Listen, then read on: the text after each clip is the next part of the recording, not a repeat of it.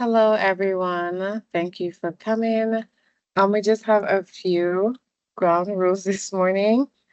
First, we're just to start off by saying thank you once again, and we would like everyone to stay on mute until the end towards the Q&A, and you can raise your hand if you have any questions, but please, during the presentation, if you have questions, you can type it in the chat box towards the very top of the screen. And yeah.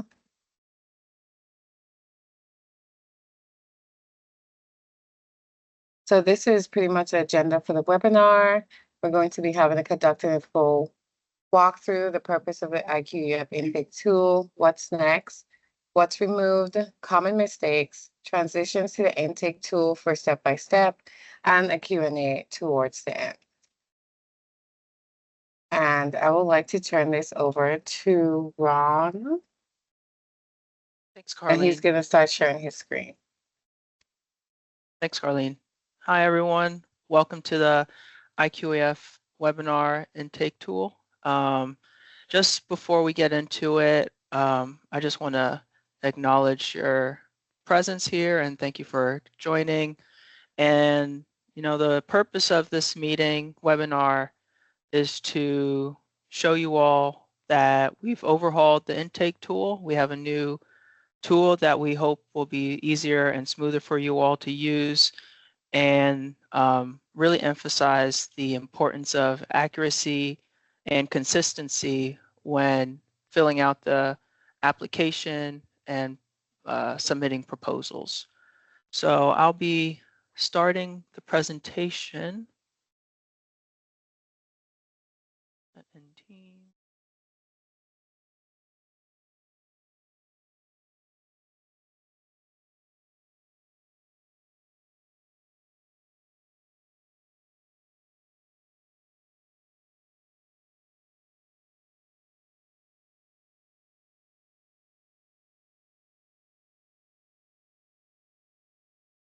Right. So I'm assuming everyone can see my screen now. As Carlene said, this is our agenda for the day. I won't go over it again since Carlene already did. And I'll now pass it over to Bizu.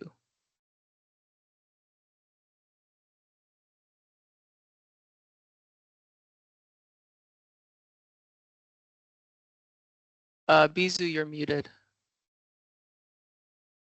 Sorry about that. Thank you, Ron. Good afternoon, everyone.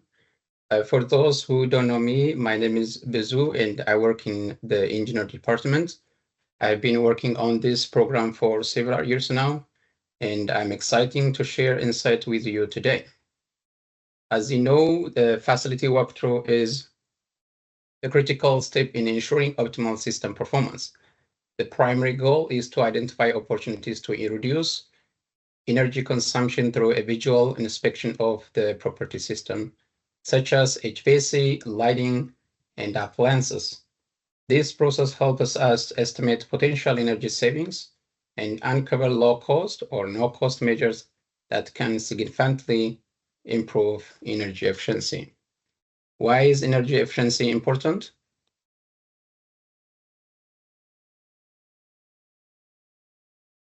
Because it allows us to use less energy to perform the same task, which is not only benefits the environment, but also leads to lower utility bills and long-term cost savings. Okay, here is some key aspects of a lighting walkthrough assessment. During a walkthrough, please make sure to document the type of fixtures and their models, note the wattage rating of each fixture, specify the exact location of each fixture, count and record the number of fixture type and per location, and estimate the average daily and weekly operating hours for each space. This data is very essential for calculating energy savings, evaluating retrofit opportunity, and justifying return on investment for lighting upgrades. Next slide, I'll talk about some key aspects of the existing HVAC system assessment. When you do walkthrough for HVAC equipment system, you need to make sure that document the type of HVAC system, record energy efficiency labels, record manufacturer logos and model numbers, document the installation year or estimate the age, specify which zones or rooms each unit serves, and count the number of HVAC units. All these documents are essential to support the evaluation of current energy consumption and identifying potential areas for improvements, such as transitioning to high efficiency heat pumps, heat pump water heaters, or advanced thermostat. Okay. Importance of visual documentation in walkthrough. Why it matters. Clear, well-composed photographs provide evidence and support your findings. They help reviewers verify equipment types, model, and condition. Inaccurate or poor quality images can delay project reviews and jeopardize approval.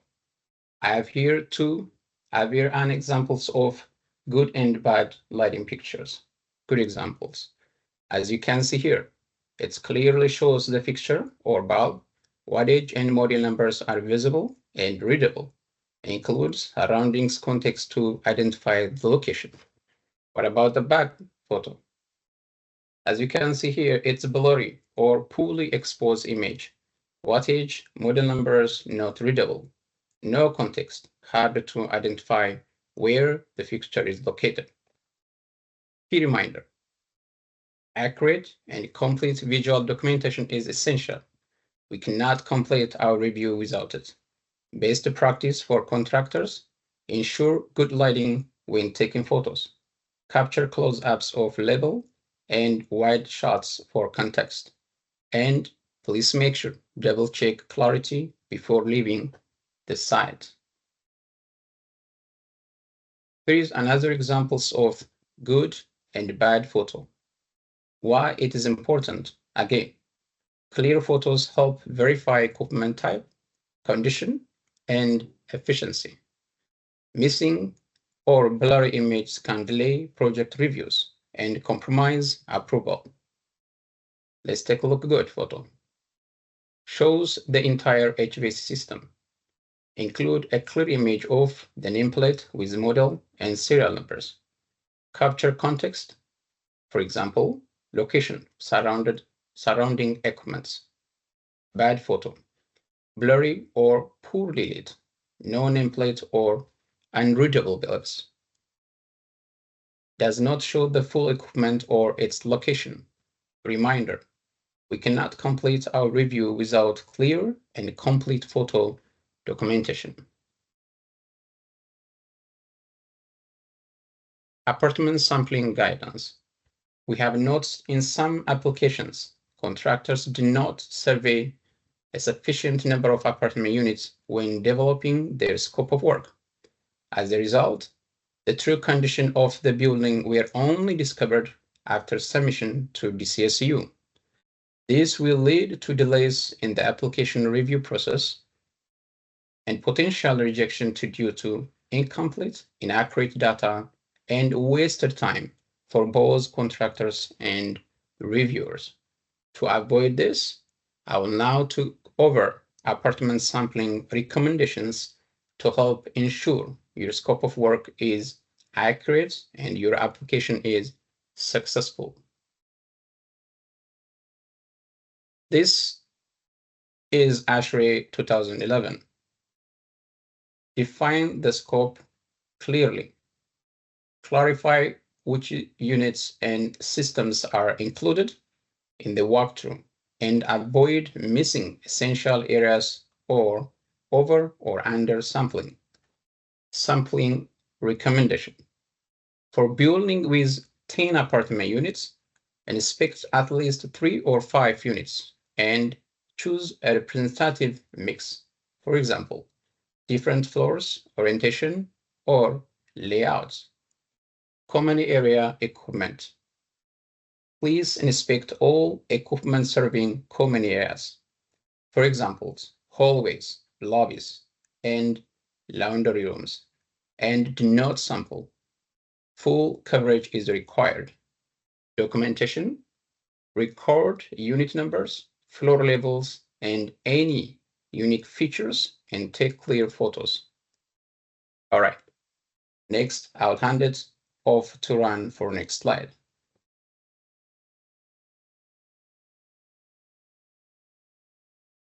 All right, thanks, Bizu. So the purpose of this tool is to receive accurate information about the existing condition and the equipment so that DCSU engineers can compare it to the proposed equipment. This will allow us to calculate the savings and the yields which are needed to process your project or proposal. So after receiving feedback from contractors, we've actually overhauled the tool to make it easier and smoother for you all, the contractors. If you filled out the Bid tool, you'll know that the IQEF tool now looks familiar to it. While filling out the tool, we stress the importance of accurate and consistent documentation. While filling out the intake tool, please make sure to include supporting documents. At a minimum, this includes spec sheets and cost breakdown of the project, but if modeling tools were used, it's highly recommended to include these as well. If any information is missing or inaccurate, this will jeopardize the project selection during the selection process. And at the bottom of the slide, you can see the link where the new IQEF intake tool can be found. So from contractor feedback, these are a few additions that we've made to the tool. The tool has a detailed instructional tab followed by a summary page. It summarizes the total scope of the project and the cost of the project. The summary page separates out the different technologies, categories of technologies within your proposal. It also now has separate tabs for different technologies. You can see a few of the screenshots, you can see a few of these features in the screenshots above here. So the tool also has tabs for the contractor to include other types of efficiency upgrades that were not already listed prior to the in the old tool. These technologies include, but are not limited to, insulation, temperature reset controls, chiller replacements, and etc. Compared to the previous versions of the tool, each tab includes more lines than before to include more information about the existing and proposed equipment. This feature, this feature was highly suggested by contractors. So each tab also includes sections for contractors to include other costs associated with each technology that could not be added before. So you can see that in this table here. So even though these screenshots are small, just be mindful that towards the end of our presentation, Bizu will go through step by step of giving good and bad examples of how to fill out the new tool. So the different technologies include the different technology tabs include lighting controls, HVAC, water heating and conservation, and Energy Star appliances and exhaust fans. The tool also has an Other tab that allows contractors to include other types of efficiency upgrades that were not already listed. Our hope is to receive more unique opportunities from contractors to include in other opportunities that DCSU typically would not have been able to incentivize. For example, this past year, for the first time, we've received and executed separately a VRF proposal and heat pump water heater upgrades. The old tool did not support accurate documentation for these, and we're hoping that the new tool will. So again, you can see this is the screenshot of the summary page where it has the different technologies listed out, the total cost for each of these technology tabs, the total cost of the project, the minimum customer responsibility as well as projected DCSU incentive. Now we'll cover some features that have been removed from the intake tool. The tool no longer calculates estimated savings or yields. Contractors can still request these estimated yields and savings from DCSU engineers at any time.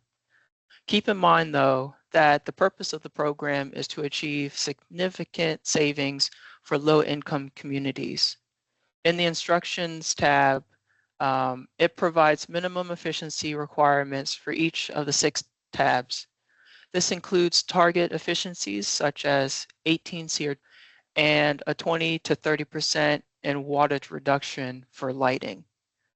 Please include all the costs in the tool so that the total cost of the project can be calculated in the Summary tab. So when Bizu goes through examples later on, you'll notice each tab has about 1 or 2 lines with examples of how to fill out the tool properly. So here's a visual representation. At the top here, this is the old total project cost and contribution. And this is a bigger screenshot of the new tool, which I showed in the previous slide. And on the right here, this is how the tool used to show the total savings and the yield for your project, which is no longer in the new tool. So after going over the purpose, what's been added, what's been removed, here are some common mistakes that we've seen when receiving the IQEF application. The most common mistake is receiving inaccurate or missing information. Whether it's been from receiving whether it's been existing efficiencies missing, proposed model numbers missing, or just wrong information overall. In addition to inaccurate information in the tool, when DCSU engineers go for pre-inspection, they've noticed on occasion that the information in the intake tool is not consistent with what we find on walkthroughs. Sometimes quantities of existing equipment is off, or nothing was put for the existing equipment at all. Lastly, the cost shown in the intake tool sometimes does not align with the total cost in the application. So we're hoping that with this new overhaul of the tool, we'll be able to alleviate all of these mistakes. So I just want to reiterate that the goal of this webinar is to acknowledge the hard work that is put into these proposals by contractors. Over the years, we've received some very detailed and consistent intake tools, despite the challenges of using a limiting and sometimes sluggish tool. So now I'll hand it over to Bizu, who will go over the application process and a step-by-step presentation on how to fill out the tool. All right, thank you, Ron. Here is how to apply. First, you need to go to the DCSU website, select programs and service from the drop-down list, then click on Income Qualified Efficiency Fund. Scroll down to apply for funding and download both the application and the intake tool. Also, mention that the application needs to be filled out correctly and coincide with the intake tool, such as incentive ask, contribution, and total project cost. Upon submission, all documentation needs to be included: spec sheets, rent roll, Washington gas bills if it's fuel switch project, and signed IQEF application form by building owner. Funding will be competitively awarded to DCSU approved contractors for energy efficiency projects that generate significant energy savings and pass the associated financial benefits on to low-income residents in the District of Columbia. Projects that maximize energy savings and reach a large number of low to moderate income residents will receive funding priority. Okay, Transitioning to new IQEF intake tool. I'll go through the common energy measures we typically see and some best practices with each of them that would help streamline the process. I'll talk about how to fill out the tool, common mistakes, and how impact of these mistakes.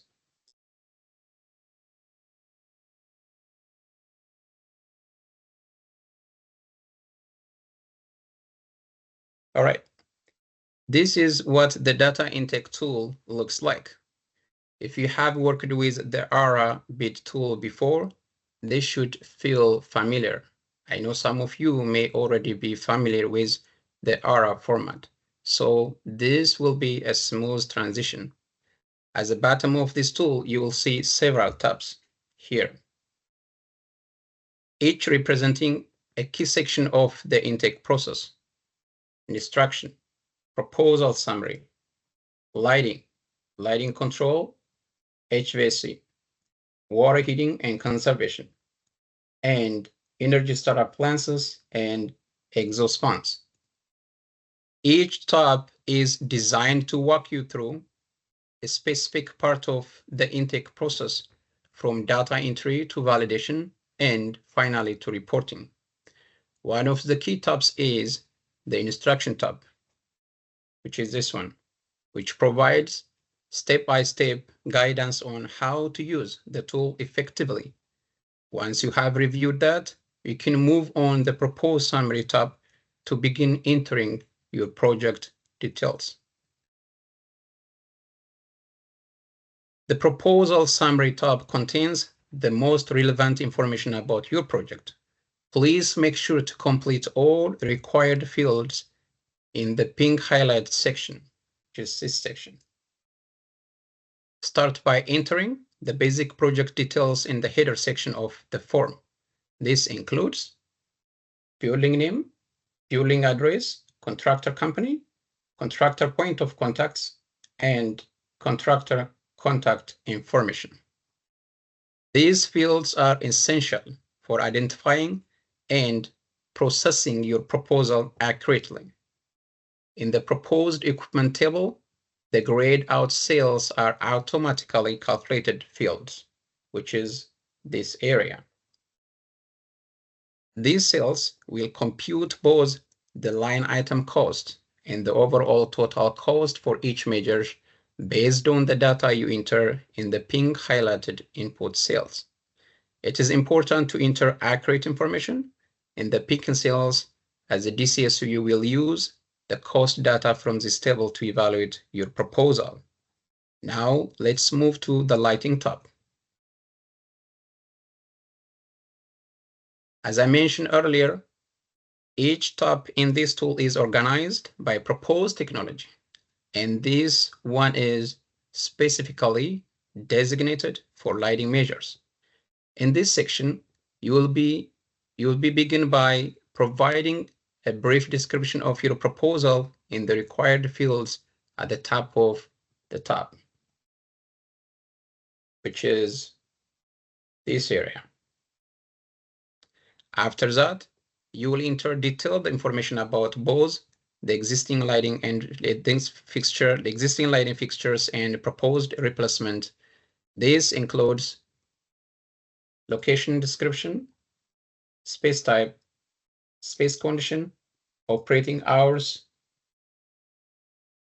fixture type, quantity, proposed lighting type, model numbers, fixture watts for proposed, and cost for materials. If there are miscellaneous costs, include them. Please, you can add here in this section. Be as specific and accurate as possible. This information is essential for evaluating the energy savings and cost effectiveness of your proposal. I have two examples here, good and bad. First, let me walk you through a good example of how to complete the lighting tab correctly.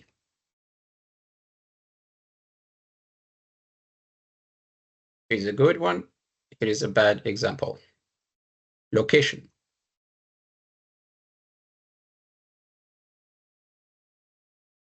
As you can see here, the location is clearly and specifically entered. This helps reviewers understand exactly where the measure is being applied. Operating hours. These were entered accurately based on the space type. This is important for calculating energy savings, fixture wattage, quantity, cost fixture. All of these fields were filled out correctly using accurate and consistent values. Quantity, fixture wattage, as well as here, model number, and cost here.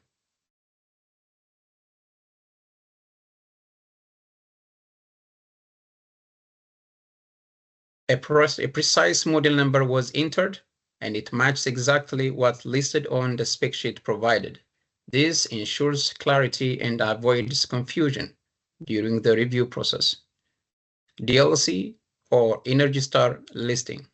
Needless to say, all lighting products must be DLC listed or Energy Star certified. This is a requirement for eligibility and ensures the proposed equipment meets efficiency standards. All right, let's take a look now. Bad examples. These are common mistakes I have seen on some projects in the past, so you can see what to avoid when completing the lighting tab. So, unrealistic operating hours. As you see here, the contractor entered 6,000 operating hours for a storage room, which is highly unlikely. Always make sure the hours reflect the actual usage of the space type. Unclear fixture description. Over here. It's not clear whether the fixture is a 1-lamp or 2-lamp setup. The description lacks specificity, which makes it difficult to evaluate the measures accurately. Mismatched quantities. As you see here, in the existing condition, you see 5, and the proposed section, you see the quantity is 4. The quantity number does not match between the existing and proposed fixtures.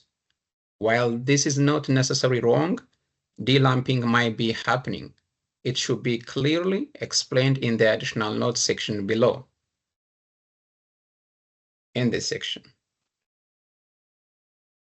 Vague model numbers. The model number provided is too generic, making it hard to verify what exact product is being processed. Always include the full specific model number that match the spec sheet.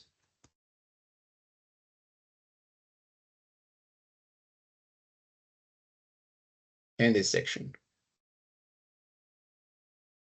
All right, impact of these mistakes. When entries are incomplete or inaccurate, it becomes difficult for our energy consultants to properly verify and evaluate the project. In such cases, we often have to rely on alternative methods and assumptions to fill in the gaps. This is not only increase the time and effort required for review, but also introduces uncertainty in the evaluation. Ultimately, this issue can delay the review process or make it difficult to move forward at all, especially when critical information is missing or unclear. Important notes for lighting tab entries. Use fixture count, not lamp count, when entering data for TX. In the existing fixture description, clearly indicate the configuration. For example, 2-lamp, 3 lamps, etc. Be sure to enter the fixture wattage and cost per fixture, not per bulb. If a space like a laundry room has both 2-lamp and 3 lamps fixtures using the same tube type, list them on separate lines. Each line should be represent a fixture, not a lamp. Do not forget to include exit light retrofit. These are eligible for funding and should be documented just like other lighting measures. All right. Lighting control. Please indicate if you plan to incorporate any lighting controls as part of the upgrade. Describe the type of controls and their intended functionality. For example, you can choose from the drop-down list here. It could be wall switch occupant sensor, fixture mounted sensor, and so on. Providing this information helps us better understand the full scope of your energy savings measures and ensure accurate evaluation. All right, so far I have covered instruction tab, proposal summary tab, lighting tab with good and bad examples, and lighting controls tab. The next logic section to cover in this presentation could be HVAC tab.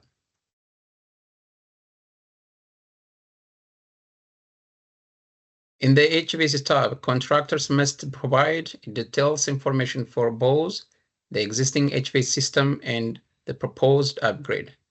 These required specification include description of the proposal here. In this section, please provide a brief summary of the upgrade being proposed, existing equipment served right here, what current system is supporting, for example, common area, individual units, existing efficiency, performance ratings of the current systems. This section here. Model numbers, system capacity, proposed efficiencies, any other relevant technical or contextual information. Basically, this section, including cost per fixture.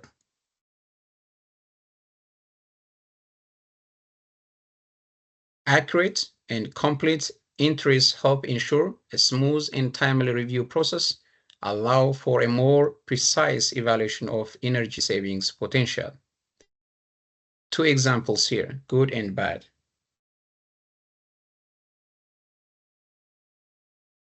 The contractor clearly described both the existing and proposed heat pump system. This section. The entry includes all key details, make and model number, system capacity, age of existing equipment, efficiency ratings, as well as measure cost.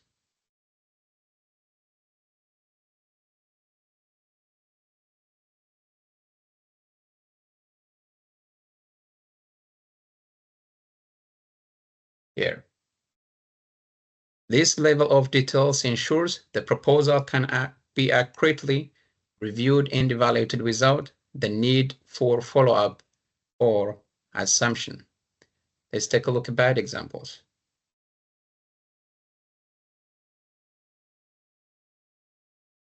Do not define a space served here. As you can see here, it's unclear what area the HVAC system is intended to heat or cooling. Model number is not specific.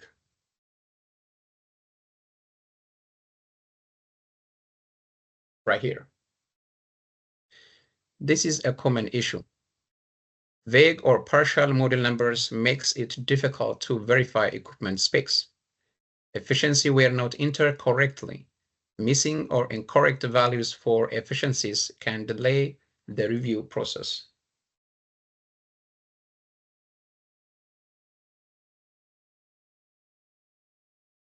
Heating efficiency missing. All right. Photo submission requirements. When submitting this tool, please include photos of existing equipment. These images are essential for verifying system details and ensuring accurate evaluation. Minimum photo requirements. One wide shot of the entire piece of equipment from a distance. One close-up photo of the nameplate that is clear and readable. These photos help us confirm the equipment's capacity, efficiency, and other key specification.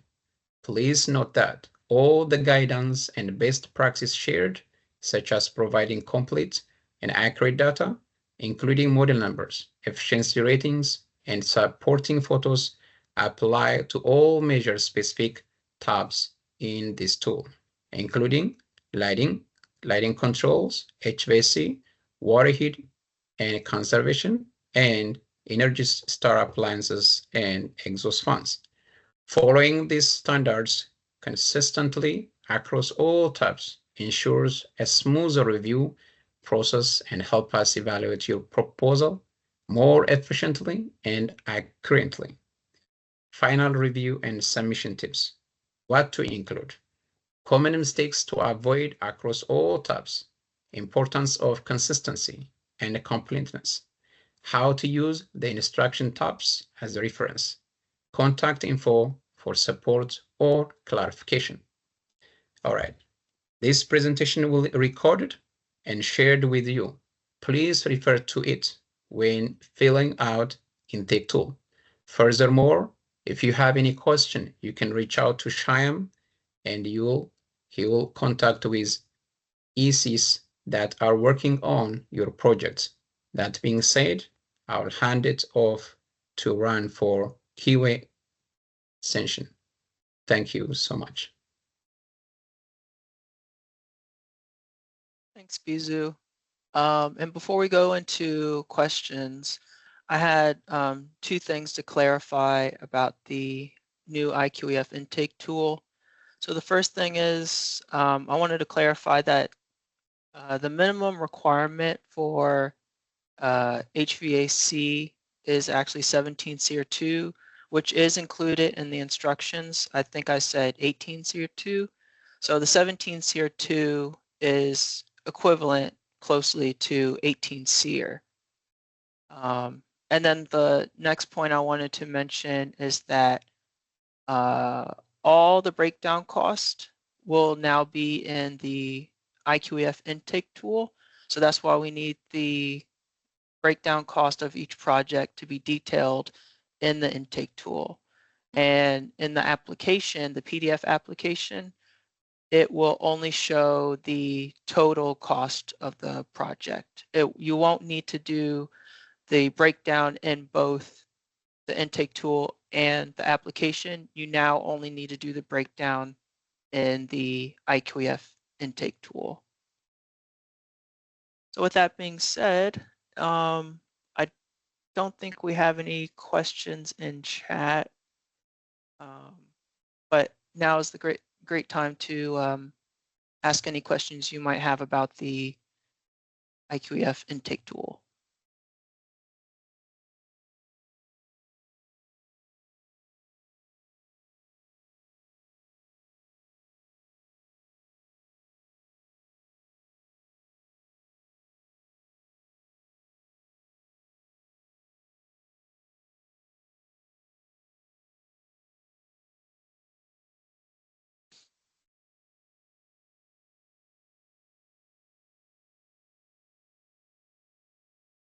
No questions I would about like to ask, the, will a copy of this slides be shared with us?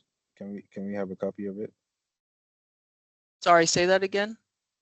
I was asking, can we get a copy of the slides? Yes, you'll receive a copy of the slides along with the recording to this post session. So anybody who registered, but if you got the invite, or if one of your team members got the invite, you'll get it. They'll get it as well. So we have an invite list and we also have a registrant list. Both lists will get it. Okay, thank you.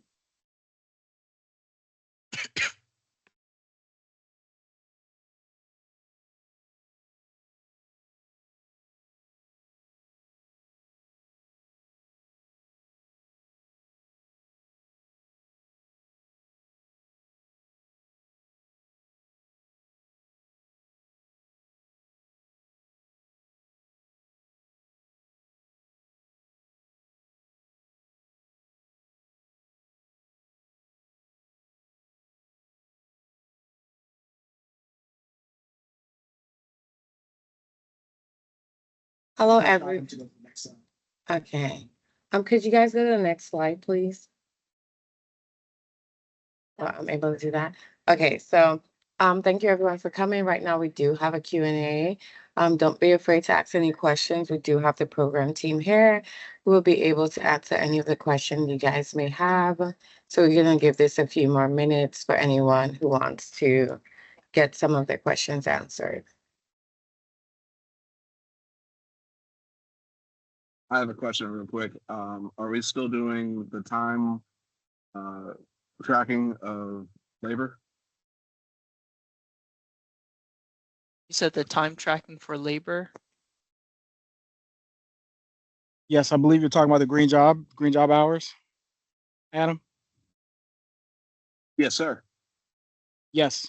The short answer is yes. I don't know, Shyam, if you have any other detail there. Yes.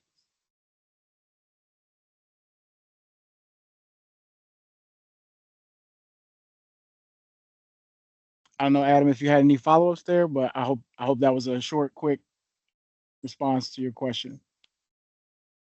No, it helps. It's just that I mean, sometimes you do things in spurts, and it's another thing to add on to stuff. Understood. But thank you for your question.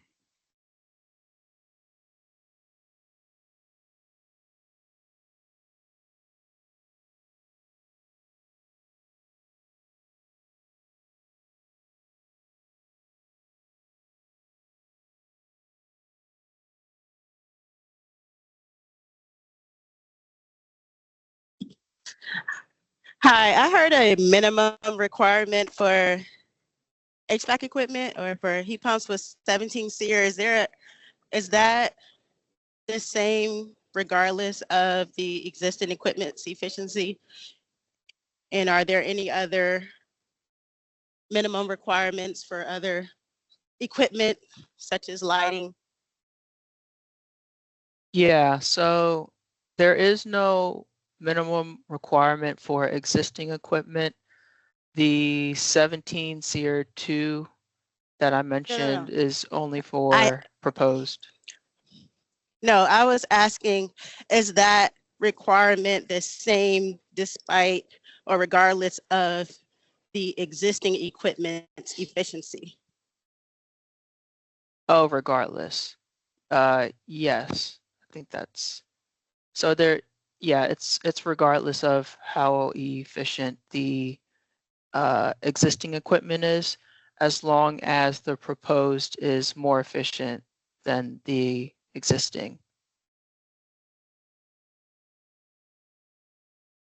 Okay, are there other requirements that you all can share for other types of equipment, such as lighting? Yeah, so the other requirements, they're actually in the instructions tab. So when you go to the website, the IQEF website, and download the intake tool on the instructions tab, it has some of those minimum requirements listed in the instructions tab for those other technologies. Okay, so thank you. Will approval be based on meeting those requirements, or is it still going to be based on the amount of savings? And if so, can we get the calculation used to calculate the savings? So we can't really give the, like, how it's done. We could, it's on a case-by-case basis. We can surely talk about how it's done. The calculations are done. But I don't think I answered your first question though. I asked, will it be based on meeting those requirements or the amount of savings? Because you had said, despite the efficiency of the existing equipment, all of the, I guess heat pumps at least would have the same requirement. So I'm asking, is approval still based on the amount of savings calculated, or will it be based on meeting that requirement? So the way we approve projects is it's not just the savings, it's also the cost of the project. So when we have two separate requirements. There's one requirement looking at how much savings each project will account for, and that's the megawatt hours, the MMBTUs, the CO2 emissions, those kinds of things that we take into account. In addition to that, we also look at the yields, which is the cost per savings. So we look at how expensive or how cheap the project, or rather how affordable the project will be, in addition to those savings. And that's how we make our judgment, in addition to other parts of our selection process. But for contractor purposes, you would only need to be concerned about how much savings could the project potentially create, as well as how much the project would cost to achieve those savings, estimated savings.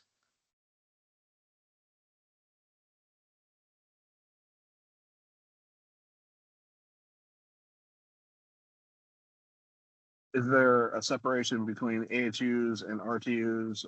Because I'm just running into a problem where RTUs are not as efficient as AHUs, especially with the refrigerant change, and it's going to be a hard push to get the 17 SEER with RTUs.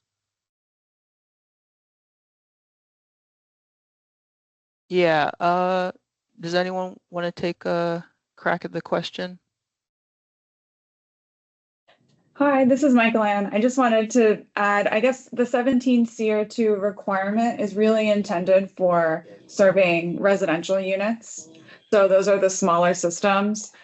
We totally understand it would be a bit harder to find that kind of efficiency unit for very large rooftop units. So that 17 CO2 requirement is typically meant for serving smaller spaces and definitely for residential units.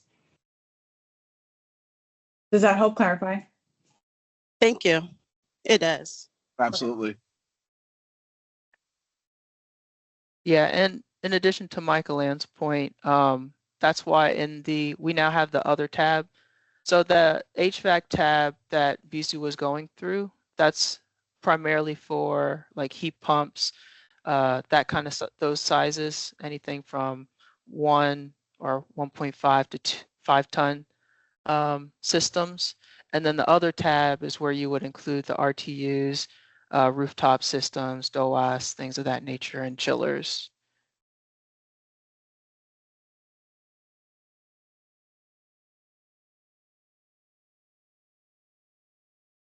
Thank you, Adam. Thank you, Carmen. Thank you, Ron. Thank you, Michael Ann. Carmen, I see you coming back. You flashing on and off mute. Adam, you're coming flashing. Did you have some more questions? Not for me. I'm good now.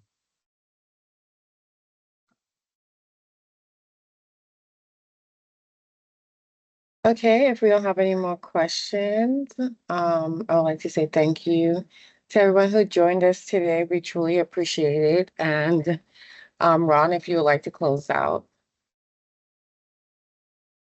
Actually, one thing before you close out, Ron. Just gonna note that when you do go to the IQF page, the timeline is currently out of date.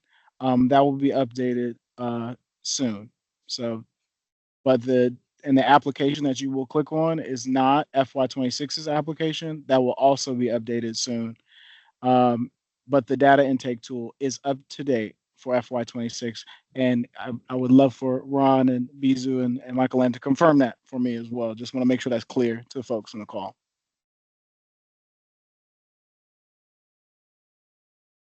Yep, that's correct.